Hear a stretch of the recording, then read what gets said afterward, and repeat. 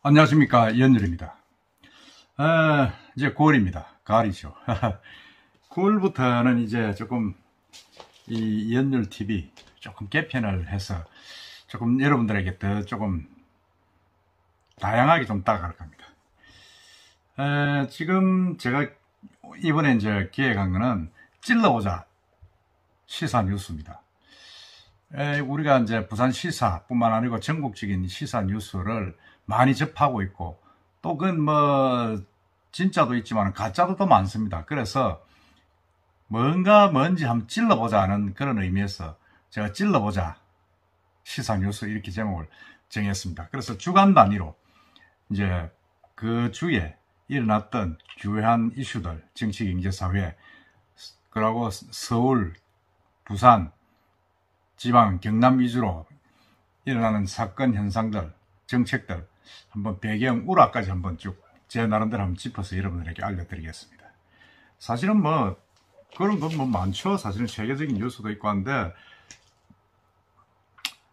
하여튼 그런 부분들을 나름대로 제가 주제를 5개에서 7개 정도 정해가지고 그냥 겉으로만 보이는 게 아니고 뭐가 진실인가 하는가를 좀 거꾸로 읽고 뒤집어 보는 그런 어떤 뉴스 읽기를 한번 제가 해볼까 합니다. 하여튼 저도 좀 처음 하는 시도라서 좀 설레기도 합니다만은 여러분들의 많은 댓글과 성원 그리고 지적 좀 부탁드리겠습니다. 시작해 보겠습니다. 첫 번째 뉴스는 부산 지역의 부동산 가격이 시세가 지금 뭐 거의 한 10% 올 들어서 올라갔다고 합니다. 그러니까 이게 뭐 주간 아파트 가격 시세를 쭉 내는 그 기관이 있죠. 부산 한국부동산원에서 발표한 시세를 보면 8월 마지막 주 부산 아파트 가격은 0.25% 올랐는데, 이건 뭐 전체적으로 부산은 올 들어서 한 10% 정도, 10% 정도 올랐다는 겁니다. 아파트 가격이 지난해는 1.5% 평균 올랐는데, 아파트 가격이 무슨 뭐 정권 시세도 아니고 주식도 아니고 이렇게 많이 오른 거는 상당히 뭐 좀 부담이 큰 거죠. 사실은 이게 지금.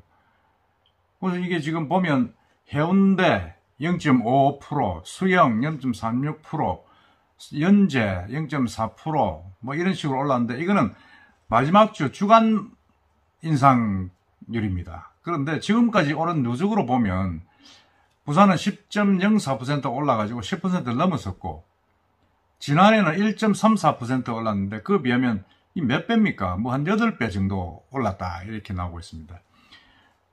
간단하게 주간으로 연간으로 올란 시세를 보면 해운대가 15.98로 올라서 가장 최고의 상승률을 보였고, 그 다음에 강서 11.4%, 이건 뭐 엘코델티시티니 뭐 가덕 신공항 수혜를 받는 쪽이죠. 그 다음에 동래가 10%, 연제가 10%, 남구도 10%, 사하구도 10% 등이 10%를 넘었습니다.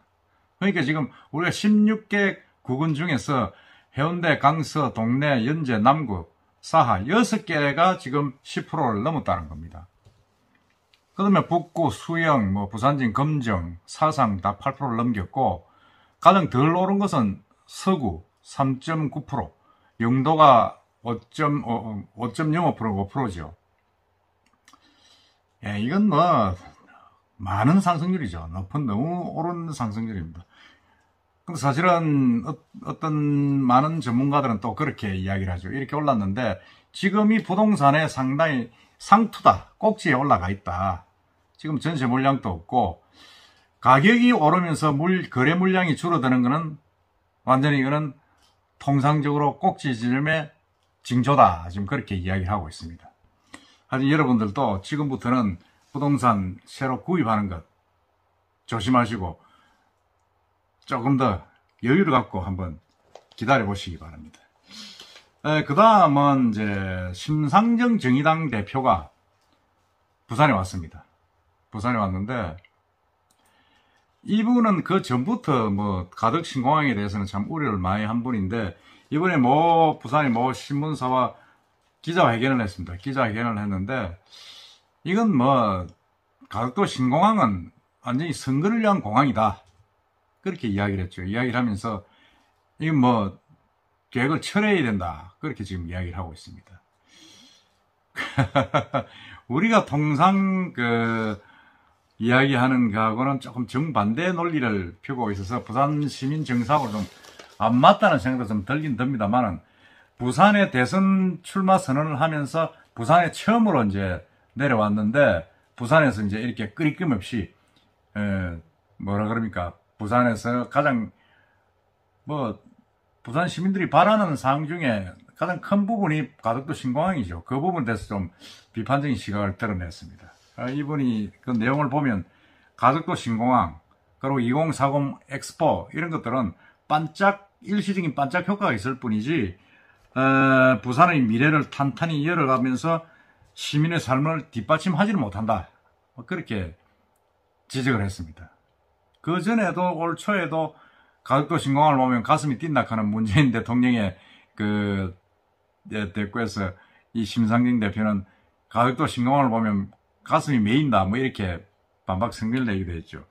그 반면에 이게 이제 가덕도 신공항에 매년 1조 5천억 정도 투자가 되면 부산 지역에 한 5만 명 이상의 실업 인구, 생활 임금, 그리고 발전은 좀 될 것이다. 뭐 좀 이렇게 또 덧붙이긴 했습니다. 한번 지켜보겠습니다. 가덕 신공항, 지금 또 뭐 정치적인 쟁점이 지금 많이 될 수밖에 없겠죠. 선거가 됐으니까. 그 다음에 세 번째는 이제 르노 삼성입니다. 부산에서 가장 큰 회사죠. 르노 삼성. 르노 삼성이 이제 임단협이 타결이 됐습니다. 지난 3일 투표 마무리해가지고 조합원 1896명 중에서 1002명이 찬성표를 던졌습니다. 그러니까 절반 이상 찬성한 거죠. 50 몇 프로입니까? 55%입니까? 이렇게 되니까 이제는 뭐 거의 모든 5개 우리나라의 자동차 회사가 임단협이 타결이 됐습니다. 타결이 되고 사실은 뭐 잘 됐죠. 르노 삼성도 계속 수년간, 4, 5년간 지금 계속 노사분규에 젖어가지고 차도 제대로 못 만들고 생산량도 적고 르노 본사에서 계속 물량을 줄이겠다 하고 이런 마찰이 있었는데, 그러면 부산의 어떤 조합 중단도 길어지면서 부산의 소재와 부품을 대는 그런 업체들이, 1차 밴더들이 상당히 타격을 많이 받았죠. 많이 받았는데, 일단은 투표해가지고 기본금은 동결하고 830만원 일시 보상금 지급하겠다, 뭐 이런 내용인데, 어쨌든 간에 지금 타결이 되었다니까, 부산 발전에 위해서는 상당히 좋은 부분입니다. 좋은 부분인데, 그렇지만은 지금 자동차 업계가 쉽지 않지 않습니까? 상용, 르노, 지금 GM, 대우, 다 지금 힘듭니다. 지금 현대차, 기아차 외에는 다 힘들죠, 지금. 상용차나 GM은 지금 회사 존폐 기로에 서 있습니다. 기로에 서 있고 하니까 빨리 타결을 해가지고 살 길을 찾아야 됩니다. 살 길을 찾고, 지금 전기차나 수소차로 지금 달려가고 있는데, 거기에 대세 편성을 하지 않으면 이제 자동차 회사도 힘들다. 노사분규가 계속 해가지고 될 일이 아니다 하는 걸 임직원들, 노조원들 다 인식을 해야 되는 거라는 생각이 듭니다. 그리고 네 번째는 이제 조금 지났습니다만은, 조국 전 법무부 장관의 딸이 부산대학에서 의전 입학을 취소를 시켰는데, 거기에서 이제 박홍원 부총장이 발표를 하면서 조국 딸은 성적이 3등이었다. 아주 우수한 성적이었고 해서 크게 문제가 없었다 이랬는데, 실제 항소심 판결문에 보면 24등으로 지금 판결문이 나와 있습니다. 참 이게 웃기는 이야기죠. 아니, 그 판결문이 나고 난 뒤에 그 판결문을 기초로 해서 조국 딸을 이제 입학 취소를 시켰는데, 아니, 판결문도 안 보고 그러면 입학 취소를 시켰다는 겁니까? 의전 입학을. 보았다면, 언론에 보도된 대로 24등이라고 지금 명시가 되어 있습니다. 그런데도 3등이라고 했는데, 착오가 있었겠죠. 착오가 있었다지만은, 정말 부산대학의 이 입시 사정 관계가 참, 이 시골 대학은 시골 대학이라는 생각을 참 지울 수 없습니다. 제 목욕이기도 하지만은. 아니, 3등, 24등 그 구분을 못하고 발표를 합니까? 참, 한심하다. 부산대학이 정말 이래가지고는 정말 부산 시민들의 그 정서에 맞는 고향 향토 대학으로 어떻게 쓸 수는 없다 하는 생각이 듭니다. 좀 부산대학 그 교수님들 좀 자중하시고 조금 더 신중하게 제대로 좀 해주시기 바랍니다. 그 다음은 언론중재법입니다. 언론중재법은 언론중재법이란 건 저도 뭐 기자입니다만은 내용을 대충 봤습니다만은 이게 지금 뭐 참 말이 안 되는 거 아닙니까? 오늘도 문재인 대통령이 뭐 국회의장단하고 이제 무슨 오찬을 같이 하면서 뭐 여러 가지 문제, 가짜뉴스 위드 코로나 남북 문제 뭐 이런 것도 하면서 이 언론중재법에 대해서 이야기를 했는데 협치를 하면서 서로 이제 잘 하자 뭐 그렇게 이야기를 했습니다. 그러면서 이제 여야가 그 대표단을 또 구성을 했는데 아주 강성 친문하고 이 반대쪽 인물로 구성을 해가지고 하면서부터 지금 삐그덕삐그덕 싸우고 있다고 합니다. 근데 언론중재법은 사실은 이건 말이 아니죠. 사실은 제가 볼 때는 예를 들어서 이게 뭐 가짜뉴스라고 판단한 개인이 피해자라고 주장하는 개인이 이거는 가짜뉴스다 그래가지고 언론사 상대로 한 10억 정도 100억 정도 손배 소송을 냅니다. 확인을 해라 그러면 지금은 이제 그걸 가짜뉴스라고 주장하는 사람이 그 근거를 대야 됩니다. 입증 책임이 있는데 여기 법에서는 언론사가 아니다 우리는 가짜뉴스가 아니다 진짜라 하는 그걸 역으로 입증을 하는 의무를 지워지는 그런 법입니다. 그러니까 이거는 뭐 어떤 사안을 A라는 사안이 있으면 그게 가짜뉴스라는 주장이 있으면 그럼 언론사가 그건 가짜뉴스가 아니다 우리는 이렇게 취재를 했고 누구누가 이렇게 이야기하더라 누가 이렇게 내부에서 공익 제보를 했다 하는 이야기를 해야 됩니다. 해야 이제 진짜구나 하는 입증을 할 의무가 있다 뭐 지금 이렇게 이야기하는 거죠. 그게 말이 아니죠. 그건 뭐 법리적인 순서도 바뀌었고 그러니까 유엔 산하 기관에서 지금 뭐입니까 무슨 단체죠? 언론 협의회 세계 기자협회 이런 데서도 완전히 악법이다 하고 지금 떨고 있려고 우리나라의 이 언론 단체들도 지금 반대를 하고 있습니다. 그리고 더더구나 저는 참 이게 언론이라는 게 예를 들어서 입법, 사법, 행정을 지금 이제 이 문재인 대통령이나 민주당이 장악을 하고 있는데 사부락하는 언론을 장악을 지금 제대로 못하고 있다. 뭐 이렇게 판단을 한 것 같습니다. 그렇지만은 지금 문 대통령 임기가 지금 한 6개월, 내년 3월 총선 대선이니까 남았는데 지금 뭐 어쩌자는 겁니까? 임기 말년에 이런 악법을 만들어 가지고 어쩌자는 겁니까? 저는 이건 말이 아니다. 이거는 참 다음으로 넘어가는 것이 좋다. 저는 그렇게 생각합니다. 물론 9월 달에 이제 다시 이제 연기가 됐으니까 거기서도 한바탕 하겠죠. 한바탕 하고 밀어붙이면 되겠죠. 되겠지만은 여권의 원로들도 전부 다 반대를 하고 있지 않습니까? 이건 아니다. 하여튼 이 현명한 판단 여권에서 180석이니까 통과시키면 통과시키겠습니까? 잘 해주시가지고 춘추에 하늘 남기지 않도록 해주시기 바랍니다. 그리고 이와 관련해서 또 가짜 뉴스라고 주장하는 게 있죠. 윤석열 지금 국민의힘 대선 후보가 이제 고발을 했다. 자기 집안에 불리한 사안을 고발을 하도록 사주를 했다 하는 뉴스가 남겨 있습니다. 그걸 잠시 보면 그렇습니다. 이게 한 매체, 인터넷 매체, 뉴스버스라고 합니다. 뉴스버스라는 매체가 있는데 이 매체에서 지난 4월 당시 대검 수사정보정책관이던 손준성 검사가 김웅 당시 후보에게 윤 전 총장과 부인 김건희 씨, 윤 전 총장의 최측근인 한동훈 검사장이 피해를 보게 한 과정에 개입한 의혹을 받는 이건 제가 볼 때는 부인하고 여러 가지 개인 아주 그야말로 자기가 측근하고 관계는 되는 사건인 것 같습니다. 그게 유시민 노무현 재단 이사장 최강호, 황희석 당시 열린민주당 의원 등 이제 문제 제기를 하고 골치 아프니까 고발장을 전달했다고 보도를 했습니다. 그러니까 이제 그 사람들을 윤석열 총장이 당시 총장이 수사정보정책관이던 자기 참모를 시켜가지고 고발을 하라고 김웅한테 전달을 했다는 그런 이야기입니다.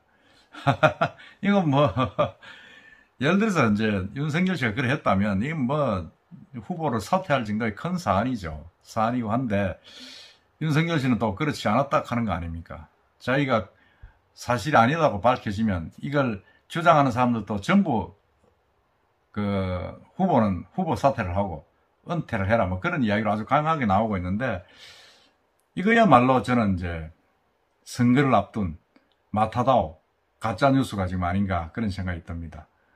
아니면 말고 식인 이런 가짜 뉴스들 뭐 전부 다 뭐 아니다 나는 모른다 하고 지금 하고 있으니까 뭐 알 수가 없죠. 알 수는 없는데 물론 뭐 이제 공수처까지 나오고 뭐 좀 검찰총장이 김호수 검찰총장이 수사를 해보겠다 하고 있으니까 뭐 하면 밝혀지겠지만은 이게 얼마나 빨리 밝혀지겠습니까? 제가 볼 때는 윤석열 총장의 그 후보 결정되는 게 11월인데 그 전까지 이게 밝혀지겠어요?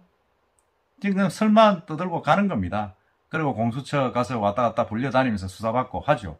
하고 그래 끝나는 겁니다. 내가 볼 때는 옛날에 그 2000년도에 이해창 후보, 거기에 뭐 김대엽 씨, 뭐, 그러도 이해창 후보 아들, 병력 문제, 뭐 이런 것들 그 뭐 결국은 세월 지난 뒤에 다 가짜뉴스로 밝혀지지 않았습니까? 그렇지만은 그것 때문에 선거는 결국 졌죠, 이해창 후보가. 그러니까 이 가짜뉴스가 이 효과가 발휘하는 게 그런 겁니다. 한번 흔들어 놔놓고, 아니면 그만이고, 선거 결과는 또 그렇게 흘러가고, 그러니까 이게 지금 아주 어떤 면에서 선거 앞두고는 훌륭한 거죠. 우리 누굽니까? 오세훈 후보, 매운턱집 사건. 뭐 밝혀지지도 안 하고, 그렇게 오세훈 씨를 바닥하지만 하는, 이제 선거 끝나고 나니까 뭐, 허지부지 돼버렸잖아요. 이게 이제 가짜뉴스의 위력인 겁니다. 윤석열 씨에 대한 어떤 이런 의혹들이 밝혀지지도 않은 상태에서 계속 후보 결정할 때까지 가고, 후보 결정되더라도 대선 때까지 또 끌고 가는 겁니다. 진실은 밝혀지지 않은 채. 그래서 이거는 한번 우리가 있는 그대로만 봐서는 안 된다. 그야말로 거꾸로 한번 뒤집어 볼 필요가 있다는 생각이 듭니다. 그리고 마지막으로는 국제 뉴스입니다. 지난 31일 미국 바이든 대통령이 20년 동안 싸워오던 아프간에서 철군 결정을 했습니다. 패배에 졌다 하고 이제 물러나는 거죠. 탈리반에게 넘겨주고 나라를 넘겨주고 나왔는데 그렇게 왔는데도 지금 이 철군 후폭풍이 만만치 않습니다. 지금 바이든이 이번 주 나온 여론조사에서는 지지율이 43%로 지금 최저로 떨어졌습니다. 최저로 떨어지고 지금 미군은 다시 이제 철군을 했음에도 불구하고 이제 탈리반과 협조해가지고 뭐 좀 하겠다 지금 좀 이렇게 나오고 있는데 제가 볼 때는 바이든은 이거로 참 많은 걸 잃었습니다. 물론 뭐 개입한 건 뭐 민주당, 공화당의 부시 대통령이었지만은 참 많은 걸 잃었다. 미국이라 하면 정의, 평화, 자유, 인권 이런 게 이제 상징이었는데 바이든 대통령은 이제 20년 동안 천조를 퍼부어도 저 나라는 안 된다. 더 이상 우리가 어떻게 피해를 보란 말이냐. 뭐 이런 명분으로 빠져나왔습니다. 사실은 거기 철군하면서 아비규환이 되지 않았습니까? 보복이 자행되고 가장 약한 여성, 아이들 이런 애들이 지금 그 완전히 비인간적인 대우를 받고 길거리에서 얻어맞고 뭐 이런 상황이 지금 벌어지고 있는 겁니다. 제가 뭐 유튜브도 말씀드렸습니다만 도대체가 이슬람이라는 종교가 어떤 종교길래 가장 보호받아야 될 여성과 어린애들을 저렇게 핍박을 하고 자기들이 득세를 하는가는 참 웃기는 종교다는 생각이 드는데 바이든의 어떤 그런 연설도 천조를 퍼붓는데 아무것도 없다. 우리가 더 이상 어떻게 물리적, 금전적으로 손해를 보란 말이냐. 맞는 말이지만은 미국의 어떤 전통적인 어떤 그런 인권, 자유, 평화, 정의, 이거와는 정반대되는 결정을 했기 때문에 지금 비난을 많이 받고 있습니다. 많이 받고 있고, 더더구나 뭐 지금 이제 다시 이제 테러까지 나가지고 미군이 죽고 하니까 그 안에 내전에 다시 개입할 양상을 보이긴 합니다만은 정말 이건 좀 바이든이 너무 성급했다는 그런 생각이 좀 듭니다. 넘겨주더라도 조금 시간을 가지고 타임 스케줄로 6개월이나 1년을 가지고 넘겨주었어야 되지 않느냐는 그런 생각이 듭니다. 물론 뭐 정치적인 어떤 국제적인 배경도 있겠습니다만 어쨌든 제가 볼 때는 그런 부분보다는 이런 게 소탐대실이다. 그런 생각이 많이 지울 수가 없습니다. 이상입니다. 지금까지 7가지의 뉴스를 제가 전해드렸는데, 물론 이건 제가 선정하는 거는 제가 어떤 언론이나 나타난 여러 가지를 보고 제가 주관적으로 선정을 한 겁니다.